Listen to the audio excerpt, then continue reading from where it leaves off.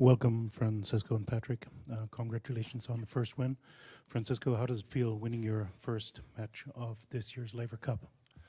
Yeah, super happy. I mean, I had the responsibility to go there and play the first match. I knew it was going to be tough. Casper is a great player. We played many times, so I knew how he was going to play, and I think I did a really good job since the beginning till the end. I mean, I was really there, focused, and super happy to get my second win on Laver Cup on third this year. Okay, thank you. Questions from the floor? Any questions? We'll start with English and then go to Spanish. Any English questions? It seemed very even until the seventh game. I mean, if anything, he was the more aggressive player, and then it all turned. Can you explain what happened from your side to make the whole match turn there? Yeah, tennis is like this. I mean, it's a lot of momentum. I mean, you have to like figure it out and read the match and how the other player or how you are feeling. I mean, it can suddenly change like this in tennis. I mean, first 7 games or 8 games were super tough, long rallies. I mean, really tough games. And I think after I broke him in a good game, I started playing better. Maybe he got a bit frustrated or anxious to play more aggressive or change his plan. And I think that's what tennis is about. I mean, it's a one-on-one fight that you have to play better and get the frustration of the other player.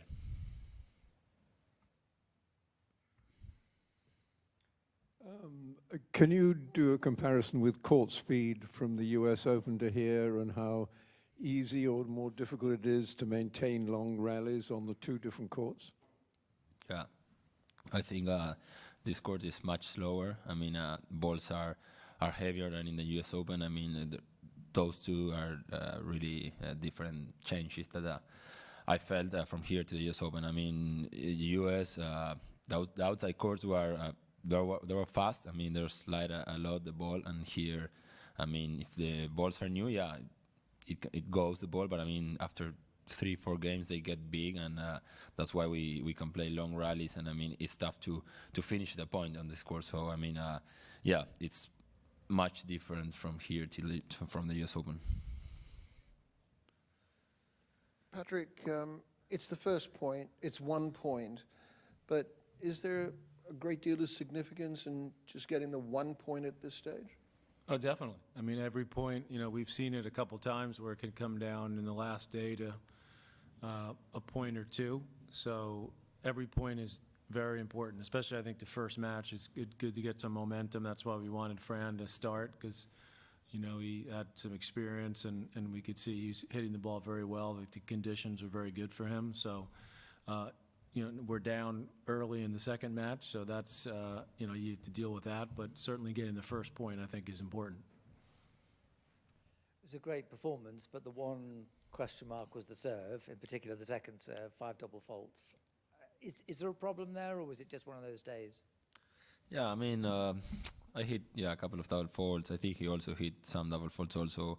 I mean, there's sometimes that I mean, I don't know, you go more in the second serve than you should, and then you make some double fault. Then there are others that, I mean, you get tight or things can happen. I mean, I don't make a big issue about making 5 double faults. I think, yeah, it's not 10 or whatever, but yeah, I should improve that. But I've been serving quite good the last week and this day, so it's not an issue right now.